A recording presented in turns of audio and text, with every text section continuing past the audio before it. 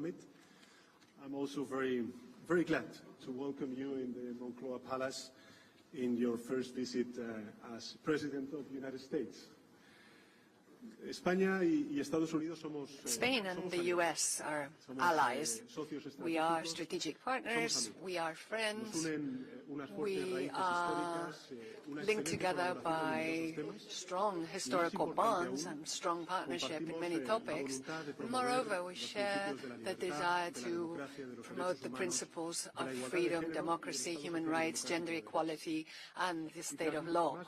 And after over 20 years since the declaration that was signed by Secretary of State Madeleine Albright and the then Foreign Affairs Minister of Spain, José Piqué, in 2001, there's obviously been numerous changes that have affected transatlantic relations between Spain and the U.S. And that is, dear Mr. President, why I'm so happy to announce this new joint declaration between the U.S. and Spain, which will help to strengthen the relations between Spain and the U.S.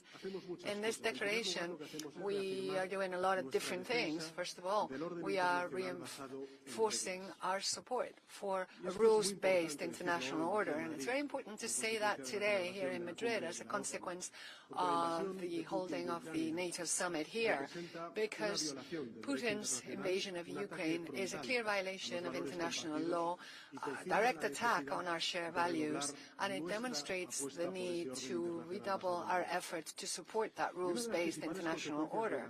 And one of the main consequences of Putin's war has actually been the revitalization of the transatlantic alliance. When Europe's security was at stake, what every ally has done, including Spain, has been to respond decisively, reinforcing our eastern flank whilst recognizing the threats that come from the southern flank, and therefore the importance for the alliance to develop everything that's been called the Alliance 360 strategy. And Spain has practically, Mr. President, doubled its military presence in Latvia with the recent deployment this very week of an entire air defense system in the Libares Air Force Base. The Spanish contingent in Latvia is now of 592. And we're also taking part in the Baltic Air Police patrols. Our Navy ships are maintaining their presence in the alliance's permanent forces. And so in total, Spain is participating with its deployments in 5 NATO missions with a total of 1,471 forces deployed. And in this context in which we're dealing, I think, with the biggest challenge to peace in Europe since the end of the Cold War, today, the U.S. and Spain have committed to strengthen our cooperation in the areas of defense and security. Specifically, we have spoken about the U.S.'s interest in increasing its presence in Rodas Navy base in order to strengthen the alliance's collective security. And on the other hand, and as is set down in the joint declaration, we have agreed to strengthen the bonds between us in the areas of justice, cybersecurity, energy security. And by the way, I'm very grateful to the U.S. government and the whole of the U.S. for all that LPG that we are receiving in Spain, and also the management of immigration flows, everything that has to do with climate change, technology, and digital transformation. So in this update of this joint declaration that was signed back in 2001, we are expanding and reinforcing our bilateral relations.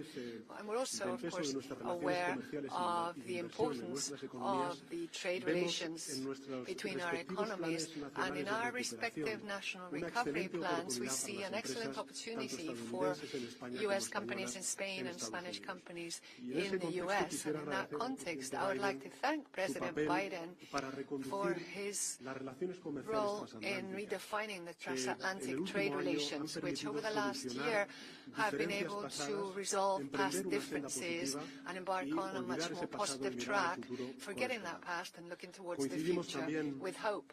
We also agree on the importance of promoting a positive agenda in Latin America, a region which, in the most part, a region with shared values, and together we will be able to better defend a rules-based international order. Together, we've also discussed the increasing challenges of a very important region for Spain and Europe, which is the Sahel, also the role of China in the current geopolitical context, which will be discussed in the NATO summit. So we will continue to work together in multilateral fora like the UN and the G20 in order to promote a coordinated response to all the global challenges we have, including climate emergency, food security, or the architecture of global health after the COVID-19 pandemic. So overall, this visit, dear Mr. President, has been a significant turning point in the bilateral relations between our two countries. Allow me to finish by thanking you for your leadership. We are pleased to have the U.S. back on the side of multilateralism.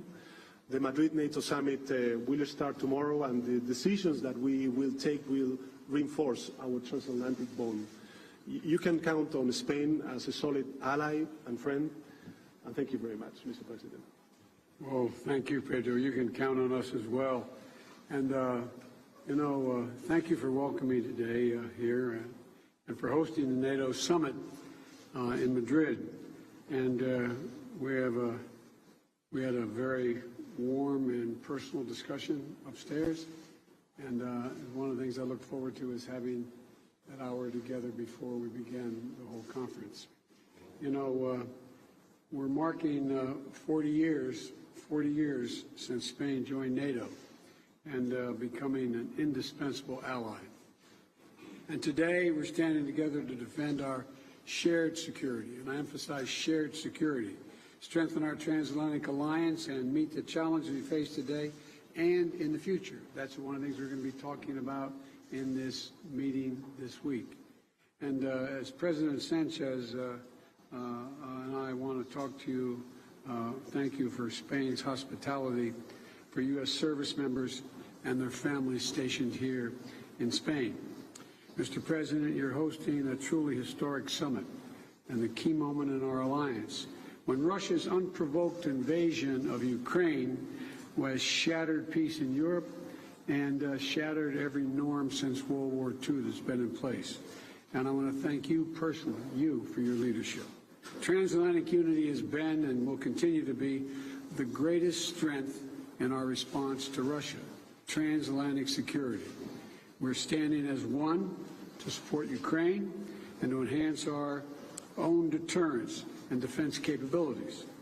And as I said before the war started, if Putin attacked Ukraine, the United States would enhance our force posture in Europe and respond to the reality of a new European security environment. Earlier this year, we surged additional U.S. forces to Europe to bolster our alliance in response to Russia's aggressive actions. And for months, we've been consulting closely on additional steps the United States will take alongside our allies who are also stepping up and strengthening our selective and collective security. Together, the new commitments will constitute an impressive display of Allied unity and resolve and NATO's 360-degree approach to our security.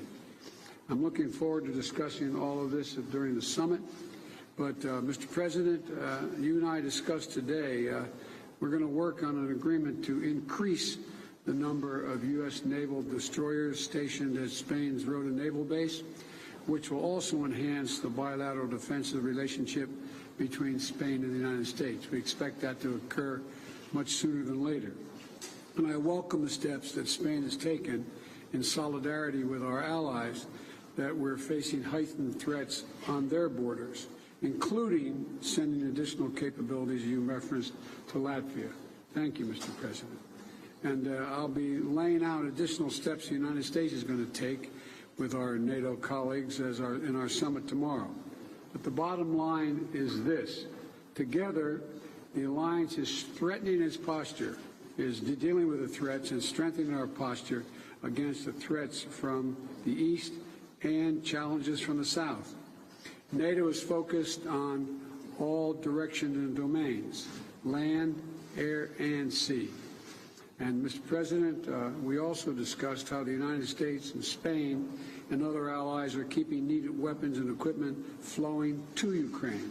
So they're standing up in ways that I don't think anyone anticipated, showing enormous bravery, enormous resolve.